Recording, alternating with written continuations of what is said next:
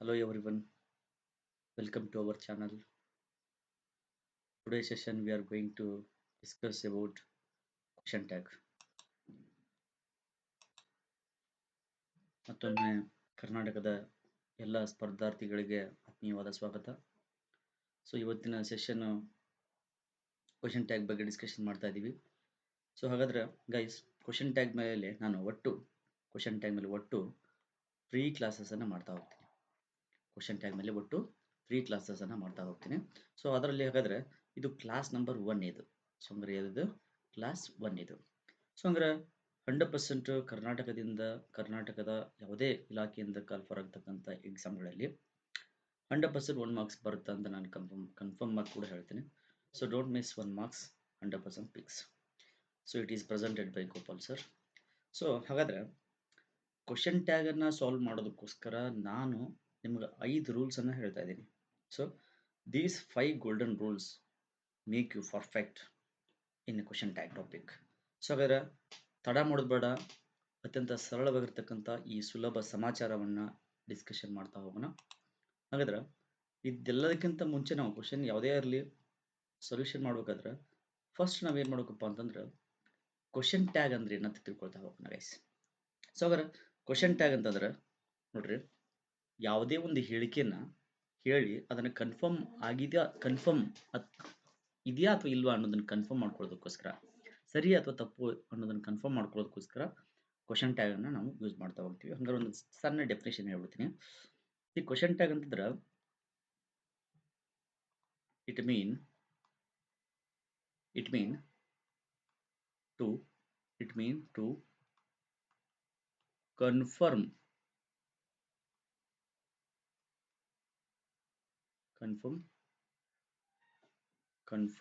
whether the statement is true or false. ಹಾಗಾದ್ರೆ guys question tag ಅಂತಂದ್ರೆ it is nothing but it is only to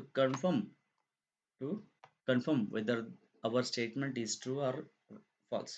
so ಅಂದ್ರೆ ನಾವು ಹೇಳ್ತಕ್ಕಂಥ ಒಂದು ಹೇಳಿಕೆ ಅದನ್ನ ಕನ್ಫರ್ಮ್ ಹೌದು ಅಥವಾ ಅಲ್ಲ ಅನ್ನೋದನ್ನ ಕನ್ಫರ್ಮ್ ಮಾಡ್ಕೊಳ್ಳೋದಕ್ಕೋಸ್ಕರ ಕೆಲವೊಂದಿಷ್ಟು ಶಬ್ದಗಳನ್ನ ಬಳಕೆ ಮಾಡ್ತೀವಿ. ಆ ಶಬ್ದಗಳನ್ನ ನಾವೇನ್ ಕರಿತೀವಪ್ಪ ಅಂದ್ರೆ ಕ್ವಶನ್ ಟ್ಯಾಗ್ ಅಂತ ಕರಿತೀವಿ. ಅಂದ್ರೆ ಕನ್ನಡದಲ್ಲಿ ಹೇಳ್ತೀನಿ ನೋಡ್ರಿ, ಕೊಟ್ಟಿರುವ ಕ್ವಶನ್ ಅಥವಾ ಕೊಟ್ಟಿರುವ ಹೇಳಿಕೆಯನ್ನು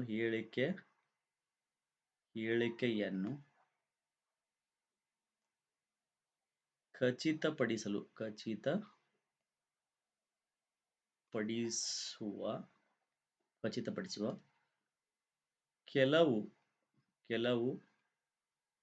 ಶಬ್ದಗಳಿಗೆ ನಾವೇಂತ ಕರಿತೀವಿ ಕ್ವಶನ್ ಟ್ಯಾಗ್ ಅಂತ ಕರಿತೀವಿ. So very simple. ಹಂಗಾರ ಒಂದು ಎಕ್ಸಾಂಪಲ್ ಕೊಡ್ತೀನಿ ನಾನು ಇಲ್ಲಿ. ಏನ್ ಎಕ್ಸಾಂಪಲ್ ಅಂತಂದ್ರೆ, ರಾಮ್ ಅನ್ನವ ಈಸ್ ರನ್ನಿಂಗ್ ಫಾಸ್ಟ್. ನೋಡ್ರಿ, ರಾಮ್ ಅನ್ನವ ತುಂಬಾ ಫಾಸ್ಟ್ ಆಗಿ ಓಡ್ತಾನ. Ram is running fast, isn't it? So ರಾಮನು ತುಂಬಾ ವೇಗವಾಗಿ ಓಡುತ್ತಾನೆ ಅಂತ ಹೇಳ್ತೀನಿ ನಾನು. ಬಟ್ ಅದು ಹೌದೋ ಇಲ್ವೋ ಅನ್ನೋದು ಗ್ಯಾರಂಟಿ ತಿಳ್ಕೊಳ್ಳೋದು ಹೇಗೆ? ಸೊ ಹಾಗಾಗಿ ರಾಮ್ ಈಸ್ ರನ್ನಿಂಗ್ ಫಾಸ್ಟ್, ರಾಮನು ವೇಗವಾಗಿ ಓಡ್ತಾ ಇದ್ದಾನೆ ಅಲ್ವಾ? ಲಿಸನ್, ಅಲ್ವಾ? ಸೊ ಹಾಗಾದ್ರೆ ಅಲ್ವಾ ಅಂತ ನಾ ಕೇಳಿದಾಗ ಸೊ ನೀವು either you can say yes or no. ಹಂಗಾದ್ರೆ ರಾಮ ನಿಜವಾಗ್ಲೂ ಫಾಸ್ಟ್ ಆಗಿ ಓಡ್ತಾ ಇದ್ದಾನೆ ಅಥವಾ ಇಲ್ವಾ ಅನ್ನೋದನ್ನ ಕನ್ಫರ್ಮ್ ಮಾಡ್ಕೊಳ್ಳೋದಕ್ಕೋಸ್ಕರ, ಖಚಿತಪಡಿಸ್ಕೊಳ್ಳೋಕ್ಕೋಸ್ಕರ ನಾನು ಕೇಳ್ತಕ್ಕಂಥ ಒಂದು ಸಣ್ಣ ಸೆಂಟೆನ್ಸ್ ಅದು ವರ್ಡ್ ಅನ್ನ ಏನಂತ ಕರಿತೀವಪ್ಪ ಅಂದ್ರೆ ಕ್ವಶನ್ ಟ್ಯಾಗ್ ಅಂತ ಕರಿತೀವಿ. ಸೊ ಐ ಹೋಪ್ ಅಂಡರ್ಸ್ಟ್ಯಾಂಡ್ ಆಗಿದೆ ಅಂತ ಅನ್ಕೋತೀನಿ. ಸೊ ಕ್ವಶನ್ ಟ್ಯಾಗ್ ಅಂತಂದ್ರೆ it is nothing but only to confirm whether our statement is true or false. ಕೊಟ್ಟಿರುವ ಹೇಳಿಕೆ ಅಥವಾ ಕ್ವಶನ್ಸ್ ಅಥವಾ ಸೆಂಟೆನ್ಸು ಸರಿ ಇದೆಯಾ ಅಥವಾ ತಪ್ಪಿದೆಯಾ ಅನ್ನೋದನ್ನ ಕನ್ಫರ್ಮ್ ಮಾಡ್ಕೊಳ್ಳೋದಕ್ಕೋಸ್ಕರ ಕೇಳ್ತಕ್ಕಂಥ ಕೆಲವೊಂದಿಷ್ಟು ಶಬ್ದಗಳಿಗೆ ಅಂತ ಕರಿತೀವಪ್ಪ ಅಂದ್ರೆ ಕ್ವಶನ್ ಟ್ಯಾಗ್ ಅಂತ ಕರಿತೀವಿ. ಹಾಗಾದ್ರೆ ನಾನು ನಿಮ್ಗೆ ಹೇಳಿದೆ guys, only 5 rules can make your perfect on question tag. ಅನ್ನೋ ಟಾಪಿಕ್ ಅನ್ನ ನೀವು ಕ್ಲಿಯರ್ ಆಗಿ ಕಲಿಬೇಕಂತಂದ್ರೆ ಸೊ ಈ 5 ರೂಲ್ಸನ್ನು ಫಾಲೋ ಮಾಡ್ರಿ ಅಂತ ನಾನು ಹೇಳಿದೆ. ಸೊ ಹಂಗಾರೆ 5 ರೂಲ್ಸನ್ನು ನಾನು ಹೇಳ್ಕೊಡ್ತಾ ಹೋಗ್ತೀನಿ ಒಂದೊಂದಾಗಿ ಈಗ. ಸೊ ಹಂಗಾರೆ ರೂಲ್ ನಂಬರ್ 1 ಏನು ಹೇಳುತ್ತೆ? ರೂಲ್ ನಂಬರ್ 1 ಹೇಳುತ್ತಪ್ಪ ಅಂದ್ರೆ to know whether the given statement is positive or negative. See ನೋಡ್ರಿ, ಕ್ವಶನ್ ಪೇಪರಲ್ಲಿ ಫಸ್ಟ್ಗೆ ಕ್ವಶನಲ್ಲಿ ನಾವು ಏನು ಅಬ್ಸರ್ವ್ ಮಾಡಬೇಕಪ್ಪ ಅಂತಂದ್ರೆ, ಅವ್ರು ಕೊಟ್ಟಿರ್ತಕ್ಕಂಥ ಕ್ವಶನ್ ಅಥವಾ ಒಂದು ಸ್ಟೇಟ್ಮೆಂಟ್ ಅದು ಪಾಸಿಟಿವ್ ಸ್ಟೇಟ್ಮೆಂಟ್ ಆಗಿದೆಯಾ ಅಥವಾ ನೆಗೆಟಿವ್ ಸ್ಟೇಟ್ಮೆಂಟ್ ಆಗಿದೆಯಾ, ಅಥವಾ ಪಾಸಿಟಿವ್ ಸೆಂಟೆನ್ಸ್ ಇದೆಯಾ ಅಥವಾ ನೆಗೆಟಿವ್ ಸೆಂಟೆನ್ಸ್ ಇದೆಯಾ ಅನ್ನೋದನ್ನ ಮೊದಲು ಕನ್ಫರ್ಮ್ ಮಾಡ್ಕೊಳ್ಳೇಬೇಕು ನಾವು. ಸೊ ಹಂಗಾದ್ರೆ ಸರ್ ಹಂಗ ನೋಡ್ರಿ ಸರ್, ಪಾಸಿಟಿವ್ ಕೊಟ್ಟಿದ್ರಪ್ಪ, ಪಾಸಿಟಿವ್ ಪಾಸಿಟಿವ್ ಕೊಟ್ಟಿದ್ರೆ ಸ್ಟೇಟ್ಮೆಂಟ್ ಏನು ಅಥವಾ ಸೆಂಟೆನ್ಸು ಪಾಸಿಟಿವ್ ಇದ್ದಾರೆ ಏನು ಮಾಡಬೇಕು? ಪಾಸಿಟಿವ್ ಇದ್ದರೆ ಏನು ಮಾಡಕೋಬಿಟ್ಟು ಅದನ್ನ ಸೀದಾ ತೊಗೊಂಬಂದು ನೆಗೆಟಿವ್ ಮಾಡ್ರಿ. Very simple. ನೆಗೆಟಿವ್ ಮಾಡಬೇಕು, ನೆಗೆಟಿವ್ ಮಾಡಬೇಕು. ಓಕೆ, ಹಂಗಾರೆ ಸರ್ ಪಾಸಿಟಿವ್ ಇದ್ರೆ ನೆಗೆಟಿವ್ ಮಾಡಬೇಕು. ಸಪೋಸ್ ಅವರೇ ಏನಾದರೂ ಡೈರೆಕ್ಟ್ ಆಗಿ ನೆಗೆಟಿವ್ ಒಳಗೆ ಕೊಟ್ಬಿಟ್ರೆ, ನೆಗೆಟಿವ್ ಒಳಗೆ ಕೊಟ್ಬಿಟ್ರೆ ಹಂಗಾರೆ ನೆಗೆಟಿವ್ ಇದ್ದರೆ ನೀವೇನು ಮಾಡ್ಬೇಕು? ನೀವು ಅದನ್ನ ಪಾಸಿಟಿವ್ ಆಗಿ ಕನ್ವರ್ಟ್ ಮಾಡಬೇಕು, ಪಾಸಿಟಿವ್ ಆಗಿ ಮಾಡಬೇಕು, ಪಾಸಿಟಿವ್ ಮಾಡಬೇಕು. So rule number 1 it's very simple. ಯಾವುದೇ ಒಂದು ಸ್ಟೇಟ್ಮೆಂಟ್ ಅದು ಪಾಸಿಟಿವ್ ಇತ್ತಂದ್ರೆ ನೀವೇನು ಮಾಡ್ರಿ? ನೆಗೆಟಿವ್ ಮಾಡ್ರಿ. ಅದೇ ಕೊಟ್ಟಿದ್ದ ಸೆಂಟೆನ್ಸ್ ನೆಗೆಟಿವ್ ಇತ್ತಪ್ಪ ಅಂದ್ರೆ ನೀವೇನು ಮಾಡ್ರಿ? ಅದನ್ನ ಪಾಸಿಟಿವ್ ಮಾಡ್ರಿ. ಸೊ ಇದು ರೂಲ್ ನಂಬರ್ ಏನಪ್ಪ? ರೂಲ್ ನಂಬರ್ 1 ಇದು. ಸೊ ಕೊಟ್ಟಿರ್ತಕ್ಕಂಥ ಸ್ಟೇಟ್ಮೆಂಟ್ ಪಾಸಿಟಿವ್ ಇದೆ ನೆಗೆಟಿವ್ ಇದೆ ಅಂತ ನಮಗೆ ಕ್ಲಿಯರ್ ಆಗಿ ಗೊತ್ತಾದಾಗ ಮಾತ್ರ ನಾವು ಕ್ವಶನ್ ಟ್ಯಾಗ್ನ ಸಾಲ್ವ್ ಮಾಡೋಕ್ಕೆ ಸಾಧ್ಯ ಆಗುತ್ತೆ ಸ್ನೇಹಿತರೆ. ಸೊ ದಯವಿಟ್ಟು ರೂಲ್ ನಂಬರ್ 1 ಕರೆಕ್ಟಾಗಿ ನೆನ್ಪಿಟ್ಕೊಳ್ರಿ. ದ ಸ್ಟೇಟ್ಮೆಂಟ್ ಪಾಸಿಟಿವ್ ಇದ್ರೆ ನೀವು ನೆಗೆಟಿವ್ ಮಾಡಬೇಕು, ನೆಗೆಟಿವ್ ಇದ್ರೆ ಪಾಸಿಟಿವ್ ಮಾಡಬೇಕು. This is rule number 1. ಹಂಗಾರೆ ತರ ಮಾಡೋದು ಬೇಡ, ನೆಕ್ಸ್ಟ್ ರೂಲ್ಗೆ ಹೋಗ್ಬಿಡೋಣ ಅಂತ. ಸರ್ ಹಾಗಾದ್ರೆ ನೀವು ಪಾಸಿಟಿವ್ ಇದ್ರೆ ನೆಗೆಟಿವ್ ಮಾಡ್ರಿ, ನೆಗೆಟಿವ್ ಇದ್ರೆ ಪಾಸಿಟಿವ್ ಮಾಡ್ರಿ ಅಂತ ಹೇಳಿದ್ರಿ, ಓಕೆ. ಬಟ್ ಅದು ಪಾಸಿಟಿವ್ ಇದೆಯಾ ಅಥವಾ ನೆಗೆಟಿವ್ ಇದೆಯಾ ಅಂತ ನಮ್ಗೆ ಗೊತ್ತಾಗೋದು ಹೇಗೆ? ಗೊತ್ತಾಗೋದು ಹೇಗೆ? ಹಾಗಾದ್ರೆ ಗೊತ್ತಾಗೋದು ನಿಮಗೆ ನಾನು ಒಂದಿಷ್ಟು ಪದಗಳನ್ನೇ ಕೊಡ್ತಾ ಹೋಗ್ತೀನಿ. ಸೊ ಅಲ್ಲಿ ಸ್ಕ್ರೀನ್ ಮೇಲೆ ಕಾಣಿಸ್ತಾ ಇದೆ ನಿಮಗೆ 5 + 4 + 3 + 1. ಇಲ್ಲಿ ನೋಡಿ, ಇಲ್ಲಿ 5 + 4 + 3 + 1. So total number of words 13 ಇದಾವೆ. ಸೊ 13 ವರ್ಡ್ಸ್ನ ನಿಮ್ಗೆ ಕೊಡ್ತಾ ಹೋಗ್ತೀನಿ. ಆ 13 ವರ್ಡ್ಸ್ ಏನಾದರೂ ನಿಮಗೆ ಕ್ವಶನಲ್ಲಿ ಅಥವಾ ಸ್ಟೇಟ್ಮೆಂಟಲ್ಲಿ ಕಾಣಿಸ್ತು ಅಂತಂದರೆ 100% ನೀವು ತಿಳ್ಕೊಬೇಕಾಗಿರೋದು ಕೊಟ್ಟಿರ್ತಕ್ಕಂಥ ಸ್ಟೇಟ್ಮೆಂಟ್ ಅಥವಾ ಕ್ವಶನ್ ನೆಗೆಟಿವ್ ಒಳಗಡೆ ಐತಿ ಅಂತ ತಿಳ್ಕೊಬೇಕು. ಸೊ ಹಾಗಾದ್ರೆ ಕಾಣಿಸ್ಲಿಲ್ಲ, ನಾನು ಕೊಟ್ಟಿರ್ತಕ್ಕಂಥ ಈ 13 ವರ್ಡ್ಸ್ಗಳು ನಿಮ್ಗೆ ಏನಾದರೂ ಕ್ವಶನಲ್ಲಿ ಕಾಣಿಸ್ಲಿಲ್ಲ ಅಂತಂದರೆ ತಿಳ್ಕೊಳ್ರಿ ಅದು ಪಾಸಿಟಿವ್ ಸೆಂಟೆನ್ಸ್ ಅಲ್ಲಿ ಐತಿ ಅಥವಾ ಪಾಸಿಟಿವ್ ಕ್ವಶನ್ಸ್ ಐತಿ ಅಂತ ತಿಳ್ಕೊಬೇಕು. ಹಾಗಾದ್ರೆ ಸರ್ ಈಗ ನೆಗೆಟಿವ್ ಪದಗಳು ಯಾವ 13 ಅಂತ ನೋಡ್ತಾ ಹೋಗೋಣ. ಸೊ ಅಂದ್ರೆ ನೆಗೆಟಿವ್ ಅಂದ್ರೆ ನಿಮ್ಗೆಲ್ಲರಿಗೂ ಸಖತ್ತಾಗಿ ಗೊತ್ತಿರೋದು ಅಂದ್ರೆ ನೋ. ಸೊ ಇದಕ್ಕಿಂತ ಒಂದು ಸ್ಟೆಪ್ ಮುಂದೆ ಹೋದಪ್ಪ ಅಂದ್ರೆ ನಮಗೇನು ಗೊತ್ತು? ಮತ್ತೆ ವಾಪಸ್ಸು ನಾಟ್. ಇದಕ್ಕಿಂತ ಇನ್ನೊಂದು ಚೂರು ಮುಂದೆ ಹೋಗ್ತೀವಪ್ಪ ಅಂದ್ರೆ ನಮಗೆ ಗೊತ್ತಿರೋದೇನು? ನೆವರ್ ಅಂತ ಯೂಸ್ ಮಾಡ್ತೀವಿ. ಸೊ ಇದನ್ನು ಹೊರತುಪಡಿಸಿ ನಾವು ಮ್ಯಾಕ್ಸಿಮಮ್ ಬಳಸೋದೇ ಇಲ್ಲ. ನಾವು ಬಳಸೋದೇ ನೋ, ನಾಟ್, ನೆವರ್. ಇವೇ ಮ್ಯಾಕ್ಸಿಮಮ್ 3 ವರ್ಡ್ಸ್ನ ಯಾವಾಗಲೂ ನೆಗೆಟಿವ್ಲಿ ಬಳಸ್ತೀವಿ. ಬಟ್ ಸ್ನೇಹಿತರೆ, ಕ್ವಶನ್ಸಲ್ಲಿ ಎಕ್ಸಾಮಿನರ್ ಕೇಳ್ತಾ ಇದ್ದಾನೆ ಅಂತಂದ್ರೆ ಸೊ ಇವನ್ನ ಹೊರತುಪಡಿಸಿ ನಮಗೆ ನೆಗೆಟಿವ್ ವರ್ಡ್ಸ್ಗಳನ್ನ ಮೆನ್ಷನ್ ಮಾಡಿದ ನಾವು. ಸೊ ಆ ಪದಗಳು ನಮಗೆ ನೆಗೆಟಿವ್ ಇದೆಯಾ ಅಥವಾ ಇಲ್ಲ ಅನ್ನೋದು ತಿಳ್ಕೊಳ್ಳಿಲ್ಲ ಅಂತಂದ್ರೆ ನಾವು 100% ಸೊಲ್ಯೂಷನ್ ಮಾಡೋಕ್ಕೆ ಸಾಧ್ಯ ಆಗೋದಿಲ್ಲ. ಸೊ ಹಂಗಾರೆ ಮ್ಯಾಕ್ಸಿಮಮ್ ಕನ್ಫ್ಯೂಸ್ ಮಾಡತಕ್ಕಂಥ ಈ ನೆಕ್ಸ್ಟ್ ಬರೋ 10 ವರ್ಡ್ಸ್ಗಳಲ್ಲಿ. ಸೊ ಹಂಗಾರೆ ಒಂದೇದ್ದು ನೋಡಿದ್ರೆ ನಾವು ನೋ, ನಾಟ್, ನೆವರ್. ಹಂಗಾರೆ ಇನ್ನೊಂದು ಪದ ಐತಿ, that is nothing. Nothing. Next ಇನ್ನೊಂದು ನನ್. ಸೊ ಹಂಗಾರೆ ಒಟ್ಟು 5 ಆಯ್ತಾ? See no, not, never, nothing, none. See ನೋಡಿ, ನೆನ್ಪಿಟ್ಕೊಳ್ಳೋಕ್ಕೂ ಕೂಡ ಈಸಿ ಆಗೋ ಥರ ನಿಮ್ಗೆ ಹೇಳಿದ್ದೀನಿ ನಾನು. ಎಲ್ಲ ವರ್ಡ್ಸ್ಗಳು ಫಸ್ಟ್ ಅಲ್ಫಾಬೆಟ್ ಏನಿದೆ ಎನ್ ಇಂದ ಸ್ಟಾರ್ಟ್ ಆಗುತ್ತೆ. ಸೊ ಹಂಗಾರೆ ನೆಕ್ಸ್ಟ್ ತರ ಮಾಡೋದು ಬೇಡ. ನೆಕ್ಸ್ಟ್ ಹಂಗಾರೆ ಇನ್ನು 5 ಆಯಿತು, ಇನ್ನು 4. ರೂಲ್ ನಂಬರ್ 4 +4 ಇದೆಯಲ್ಲ ಅದು. ಸೊ ಹಂಗಾರೆ ಫಸ್ಟ್ ನೆಕ್ಸ್ಟ್ ಹಾರ್ಡ್ಲಿ. ಇದು ಒಂದು ನೆಗೆಟಿವ್. ನೆಕ್ಸ್ಟ್ ಇದ್ಬಿಟ್ರೆ ಬೇರ್ಲಿ, ನೆಗೆಟಿವ್ ವರ್ಡ್. ನೆಕ್ಸ್ಟ್ ಬಿಟ್ರೆ ರೇರ್ಲಿ. ನೆಕ್ಸ್ಟ್ ಬಿಟ್ರೆ ಯಾವುದಿದೆ ನೆಗೆಟಿವ್ ವರ್ಡ್. ನೆಕ್ಸ್ಟ್ ಬಿಟ್ರೆ ಸ್ಕೇರ್ಸ್ಲಿ ಅನ್ನೋದು ಕೂಡ ನೆಗೆಟಿವ್ ಪದ. ಸೊ ಹಂಗಾರೆ 5 + 4 ಆಯಿತು ನೋಡ್ರಿ. ಇದನ್ನು ಕೂಡ ನೆನ್ಪಿಟ್ಕೊಳ್ಳೋಕೆ ಈಸಿಯಾಗಿರೋ ಟ್ರಿಕ್ಸ್ ಕೊಟ್ಟಿದ್ದೀನಿ ನಿಮಗೆ. ಲಾಸ್ಟಿಗೆ ಎಲ್ಲ ಪದಗಳು ಎಂಡ್ ಆಗೋದು ly ಇಂದ. ಸೊ ಹಂಗಾರೆ very simple, no, not, never, nothing, none. So 5 ಪದಗಳು ಒಂದ್ಸರಿ ಹೇಳಬೇಕು. ಹಾರ್ಡ್ಲಿ, ಬೇರ್ಲಿ, ರೇರ್ಲಿ, ಸ್ಕೇರ್ಲಿ 4 ಪದಗಳು ಒಂದ್ಸರಿ ಹೇಳ್ಬೇಕು. ನೆಕ್ಸ್ಟ್ 3 ಯಾವ್ದಪ್ಪ ಅಂತಂದ್ರೆ ಲಿಟಲ್ ಅನ್ನೋದು ಕೂಡ ಸ್ನೇಹಿತರೆ ನೆಗೆಟಿವ್ ಪದ ಆಗುತ್ತೆ. ಲಿಟಲ್ ಇದನ್ನ ಬಿಟ್ಟು ನೆಕ್ಸ್ಟ್ ಫ್ಯೂ ಅನ್ನೋದು ಕೂಡ ಸ್ನೇಹಿತರೆ ನೆಗೆಟಿವ್ ಆಗುತ್ತೆ. ನೆಕ್ಸ್ಟ್ ಇದನ್ನ ಬಿಟ್ರೆ ಸೆಲ್ಡಮ್ ಅನ್ನೋದು ಕೂಡ ಸ್ನೇಹಿತರೆ ನೆಗೆಟಿವ್ ಆಗುತ್ತೆ.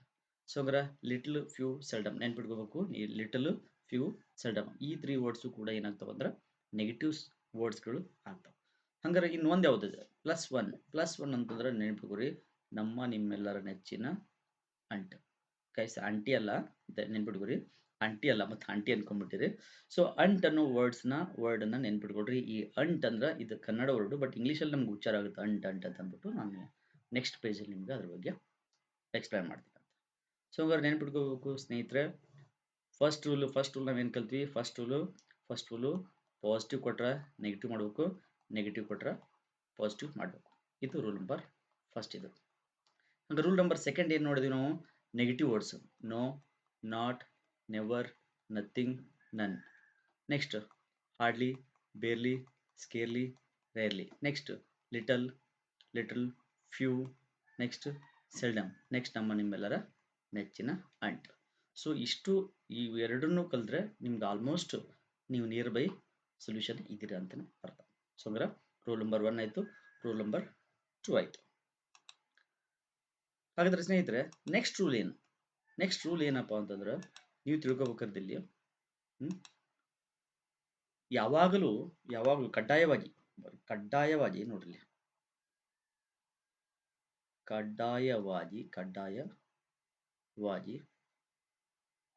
ಕಡ್ಡಾಯವಾಗಿ ಕ್ವಶನ್ ಟ್ಯಾಗ್ಗಳನ್ನು ಹೆಲ್ಪಿಂಗ್ ವರ್ಬ್ ಆಧಾರದ ಮೇಲೆ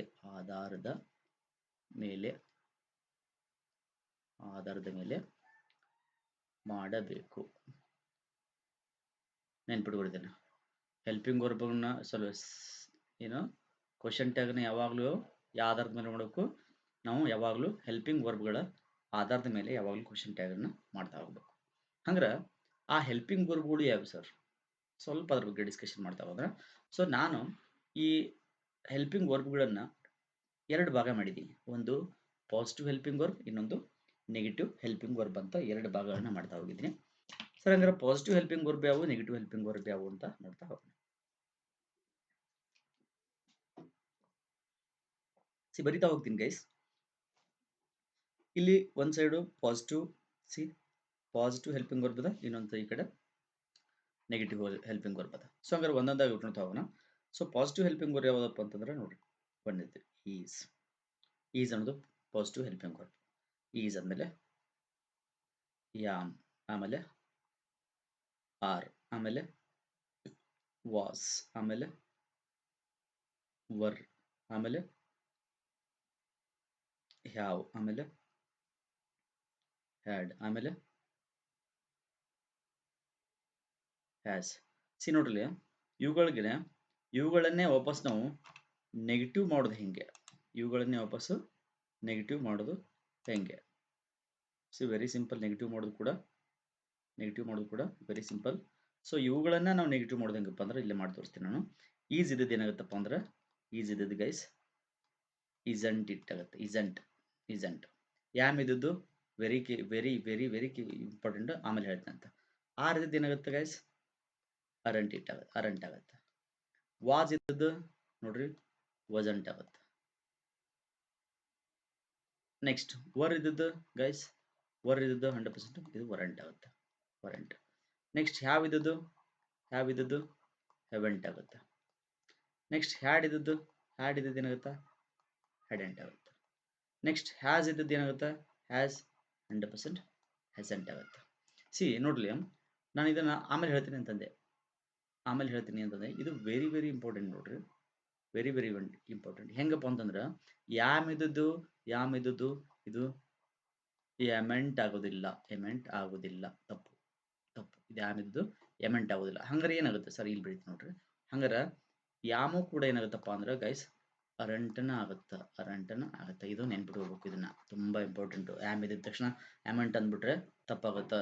ಸೊ ಆಮೇಲೆ ಇನ್ನೊಂದು ಈ 8th 9th ಮತ್ತೆ SSLC ಆಮೇಲೆ ಈ PUC ಇಂಥವ್ರಿಗೆಲ್ಲ ಏನಾಗುತ್ತಪ್ಪ ಅಂದ್ರೆ ಆಪ್ಷನ್ಸ್ ಕೊಡಲ್ಲ ಸ್ನೇಹಿತರೆ.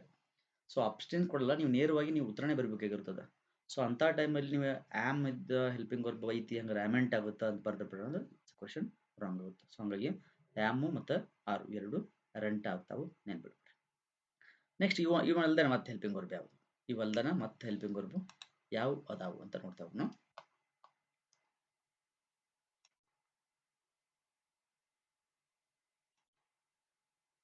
ಓಕೆ, ಮತ್ತೆ ಹೆಲ್ಪಿಂಗ್ ಯಾವ ಸಿ ನೋಡು.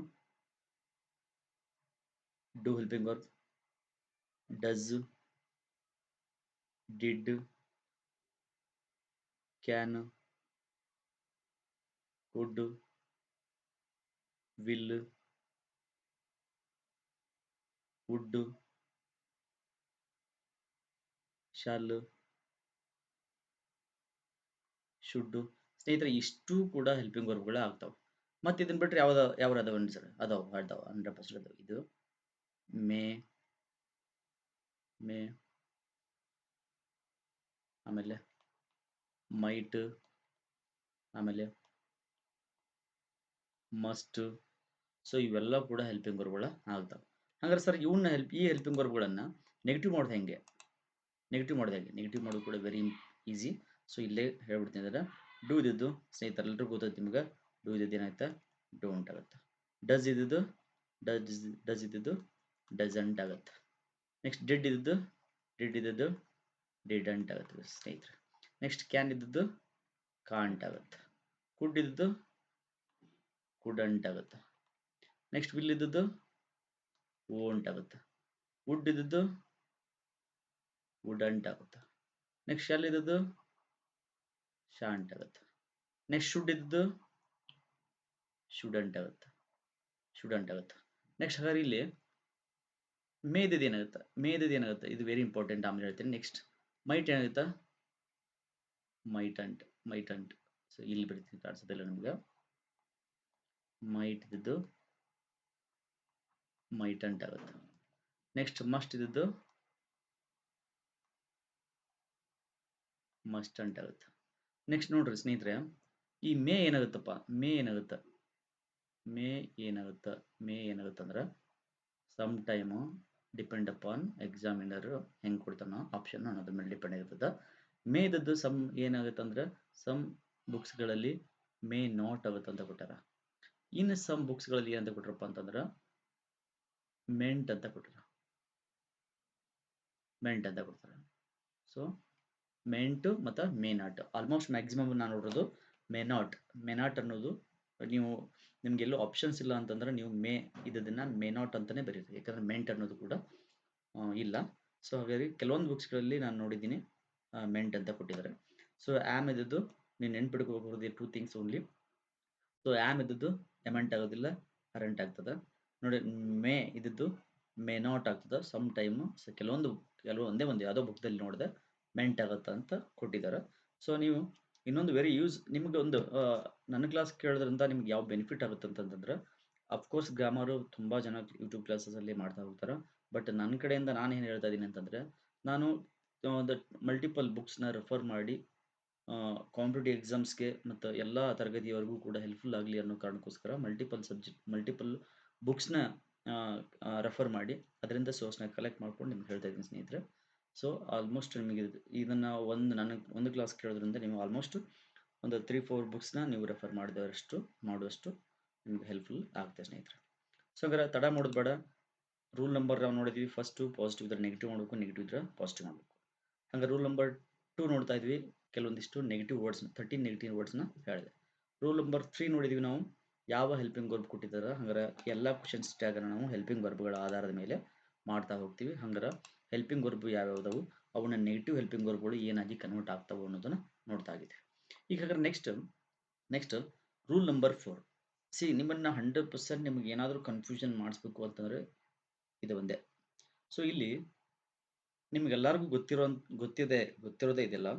ಯಾವಾಗಲೂ ಸಿಂಪಲ್ ಪ್ರೆಸೆಂಟ್ ಟೆನ್ಸಲ್ಲಿ ಮತ್ತು ಸಿಂಪಲ್ ಪಾಸ್ಟ್ ಟೆನ್ಸಲ್ಲಿ, ಸಿಂಪಲ್ ಪ್ರೆಸೆಂಟ್ ಟೆನ್ಸ್ ಮತ್ತು ಸಿಂಪಲ್ ಪಾಸ್ಟ್ ಟೆನ್ಸಲ್ಲಿ ಏನಿರ್ತಪ್ಪ ಅಂದ್ರೆ ಯಾವಾಗಲೂ ಯಾವುದೇ ಕಾರಣಕ್ಕೂ ಇದ್ರೊಳಗಡೆ ಯಾವುದೇ ಹೆಲ್ಪಿಂಗ್ ವರ್ಬ್ಗಳು ಏನಿರ್ತಪ್ಪ ಅಂತಂದ್ರೆ ಇರೋದಿಲ್ಲ. ಸೊ ಅಂದ್ರೆ ಯಾವುದೇ ಹೆಲ್ಪಿಂಗ್ ವರ್ಬ್‌ಗಳು ಇರೋದಿಲ್ಲ. ಹಂಗಂದ್ರ ನಾವು ಕ್ವೆಶ್ಚನ್ ಟ್ಯಾಗ್ ಅನ್ನ ಹೆಲ್ಪಿಂಗ್ ವರ್ಬ್‌ಗಳ ಆಧಾರದ ಮೇಲೆನೇ ಮಾಡ್ಬೇಕು ಅಂತ ನಿಮ್ಗೆ ಈಗ ತಾನೇ ಹೇಳ್ಕೊಟ್ಟಿದ್ದೀನಿ ನಾನು. ಹಂಗಾರ ಹೆಲ್ಪಿಂಗ್ ವರ್ಬ್ ಇಲ್ಲ ಅಂತಂದ್ರೆ ಅದ್ ಹೆಂಗ್ ಮಾಡುದು ಸರ್? ಹೌದಿಲ್ಲ? ಹೆಲ್ಪಿಂಗ್ ವರ್ಬ್‌ಗಳ ಆಧಾರದ ಮೇಲೆ ನಾವು ಕ್ವೆಶ್ಚನ್ ಟ್ಯಾಗ್ ಮಾಡ್ಬೇಕು. ಬಟ್ ಕ್ವೆಶ್ಚನ್ ಅಲ್ಲಿ ಹೆಲ್ಪಿಂಗ್ ವರ್ಬೇ ಇರಲ್ಲ. ಅಂತ ಟೈಮಲ್ಲಿ ಏನ್ ಮಾಡ್ಬೇಕು? Very simple. ಅಂತ ಟೈಮಲ್ಲಿ ಪ್ರೆಸೆಂಟ್ ಟೆನ್ಸ್ ಅಲ್ಲಿ ಮತ್ತು ಸಿಂಪಲ್ ಪ್ರೆಸೆಂಟ್ ಅಲ್ಲಿ ಮತ್ತೆ ಸಿಂಪಲ್ ಪಾಸ್ಟ್ ಟೆನ್ಸ್ ಅಲ್ಲಿ ಇರ್ತಕ್ಕಂಥ ಹೆಲ್ಪಿಂಗ್ ವರ್ಬ್ ಇರೋದಿಲ್ಲ ಅಂತಲ್ಲ, ಇರ್ತವೆ. ಬಟ್ ಅವು ಹೈಡ್ ಆಗಿರ್ತವೆ. ಸೊ ಹೈಡ್ ಆಗಿದ್ದನ್ನ ನಾವು ಸ್ವಲ್ಪ ಟಾಸ್ಕ್ ಏನೋ ಸೊ ಅಂಡ್ ಸೊ ಹಾಕಿ ನಾವು ಅದನ್ನ ಫೈಂಡ್ ಔಟ್ ಮಾಡಿದಾಗ ನಮಗೆ ಎಲ್ಲಾ ರೀತಿಯ ಹೆಲ್ಪಿಂಗ್ ವರ್ಬ್‌ಗಳು ಲಭ್ಯ ಆಗ್ತವೆ. ಸ್ನೇಹಿತರೆ ನೋಡ್ರಿ ಇಲ್ಲಿ ಬರಿತಾ ಹೋಗ್ತೀನಿ ಈಗ. ಸಿಂಪಲ್ ಪ್ರೆಸೆಂಟ್ ಟೆನ್ಸ್ ಅಲ್ಲಿ ಬರ್ತಕ್ಕಂಥ ಹೆಲ್ಪಿಂಗ್ ವರ್ಬ್ ಯಾವು? ಹಾಗಾದ್ರೆ ನೋಡ್ರಿ, ಐ, ವಿ, ಯು, ಮತ್ತೊಂದು you, they, he, she, it. ಸ್ನೇಹಿತರೆ ನೋಡ್ಲಿ, ಇಲ್ಲಿಂದ ಇವು 3 ಜನ ಏನಿದಾರಲ್ಲ, ಈ 3 ಜನ ನಾನು ಇವ್ರನ್ನ ಏನಂತ ಕರಿತೀವಪ್ಪ ಅಂದ್ರೆ, ಕೌರವರು ಅಂತ ಕರಿತೀನಿ. ಶಿ ಅಂದ್ರೆ ಇವ ದುರ್ಯೋಧನ, ಆಮೇಲೆ ಇವ ದುಶ್ಯಾಸನ, ಶಿ ಅಂದ್ರೆ ಹುಡುಗಿ ಆಗ್ತಾರ ಸೊ ದುಶಾಲೆ. ಅಂದ್ರೆ ಇಲ್ಲಿ 5 ಜನ ಏನಿದಾರಲ್ಲ, ಇವ ಇವ ಯುಧಿಷ್ಠಿರ, ಅರ್ಜುನ, ಭೀಮ, ನಕುಲ, ಸಹದೇವ, ಇವರು. ಸೊ ಅಂದ್ರೆ ಇವ್ರು ಏನಾದ್ರು ಬಂದ್ರಪ್ಪ ಅಂತಂದ್ರೆ ಕ್ವಶನ್ ಒಳಗಡೆ ಇವ್ರು ಏನಾದ್ರು ಬಂತಪ್ಪ ಅಂದ್ರೆ ಸಿ ಪಾಸಿಟಿವ್ ಒಳಗೆ ನಾವು ಡೂ ಅನ್ನೋ ಹೆಲ್ಪಿಂಗ್ ವರ್ಬ್ಗಳನ್ನ ಬಳಕೆ ಮಾಡಬೇಕು. ನೆಗೆಟಿವ್ ಅಲ್ಲಿ ಡೋಂಟ್ ಅನ್ನೋ ಹೆಲ್ಪಿಂಗ್ ವರ್ಬ್ನ ಬಳಕೆ ಮಾಡ್ಬೇಕಾಗುತ್ತೆ. ಹಂಗಾರೆ ಹಿ ಶಿ ಇಟ್ ಅಂತ ಏನಾದ್ರು ಬಂತಪ್ಪ ಅಂದ್ರೆ ಇಲ್ಲಿ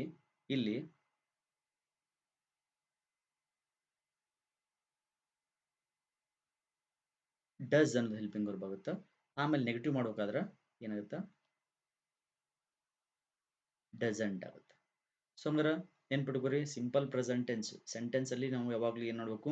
ವರ್ಬ್ ನೋಡ್ಬೇಕು. ವರ್ಬ್ ನೋಡಿದಾಗ ಅದು ಸಿಂಪಲ್ ಪ್ರೆಸೆಂಟ್ ಟೆನ್ಸ್ ಅಲ್ಲಿ ಐತೋ ಅಥವಾ ಸಿಂಪಲ್ ಪಾಸ್ಟ್ ಟೆನ್ಸ್ ಅಲ್ಲಿ ಐತೋ ಅಂತ ಗೊತ್ತಾಗುತ್ತೆ. ಸೊ ಅಂತ ಟೈಮಲ್ಲಿ ಏನ್ ಮಾಡ್ಬೇಕು?